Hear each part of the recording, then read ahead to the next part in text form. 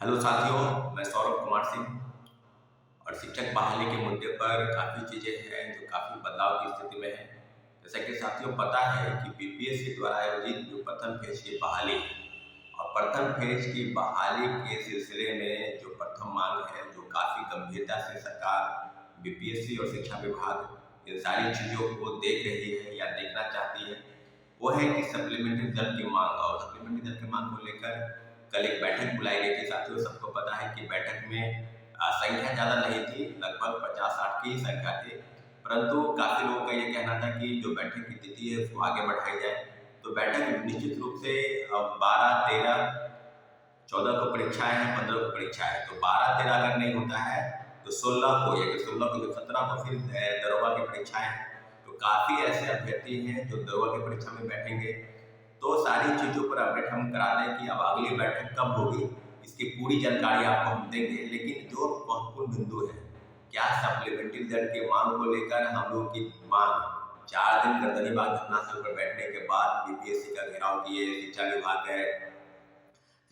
का घेराव किए, उस दिन गांधी मूर्ति के पास हम लोग बैठे और काफ़ी चीज़ें हैं। हमारे ग्रुप के जितने भी साथी हैं और जो हमारे सप्लीमेंट्री दर के मांग को लेकर लगातार आवाज उठा रहे हैं, सब चीज़ों पर स्पष्टीकरण इस बात को लेकर है कि क्या बीपीएससी द्वारा आयोजित सप्लीमेंट्री दर की मांग बिल्कुल उचित नहीं है।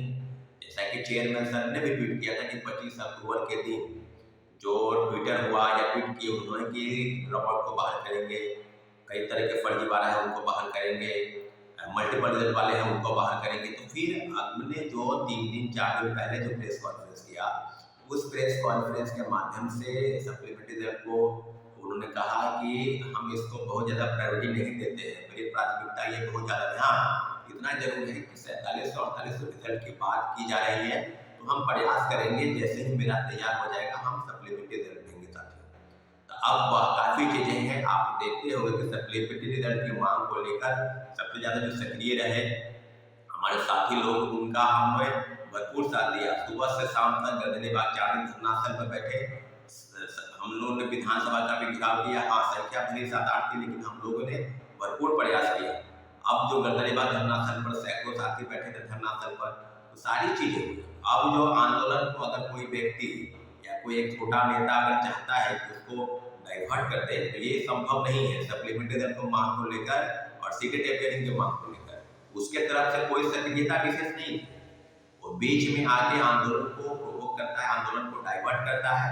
तो आप इन सब चीजों से बचने का प्रयास करें। कोई व्यक्ति अगर चाहता है कि आंदोलन इधर से उधर हो जाए, संख्या बल पर निर्भर हो, आप देखते हो कि चाहे संख्या 10 की हो चाहे 100 की हो, हम हमेशा आप लोग के साथ खड़ा रहता हूँ। और जो भी आंदोलन अगर इधर से उधर करने का प्रयास करता है तो उस आंदोलन में उस व्यक्ति को उसको सफलता नहीं मिलती है।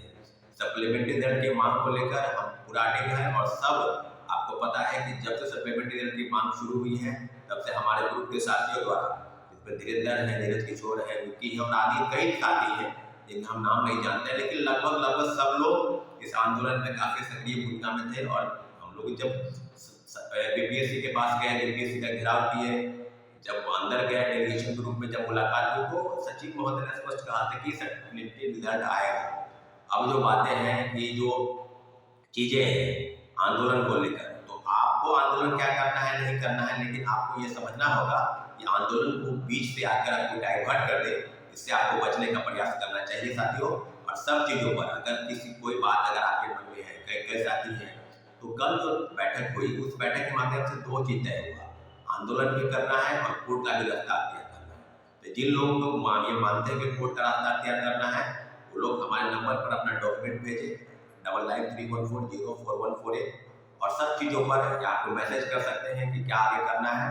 और दूसरी बात की जो अब जो बातें हैं कि क्या सप्लीमेंट्री रिजल्ट को लेकर जो व्यवस्था बनी है या जो चीज़ें अप्रकाशित होने वाली है कि रिजल्ट आना है, रिजल्ट तो आना है। जैसे कि आपको पता है कि 4700-4800 ही अगर रिजल्ट आता तो रिजल्ट तो कब का आ गया था, लेकिन इतना जरूर है कि 7 तारीख अंतिम तिथि थी ज्वाइनिंग करने की, योगदान करने की, जो भी नियोजित शिक्षक हैं उनको। तो अब जो बाद बाकी सीटें हैं, लगभग 10,000 लोगों ने डॉक्यूमेंट वेरिफिकेशन नहीं कराया। तो जो गलती बीपीएससी और शिक्षा विभाग ने की है, सीटेट अपेयरिंग वाले को मौका दिए, ठीक है, बहुत अच्छी बात है। सीटेट फेल वाले को आपने ज्वाइनिंग दिया, सीटेट फेल वाले को ज्वाइनिंग दिया, एसटी की कई लोगों के पास डिग्री नहीं थी, उनको आपने ज्वाइनिंग कराया। तो कि जो पद रिक्त हुए हैं सब पदों पर सप्लीमेंट्री रिजल्ट देने का प्रावधान है या नहीं है।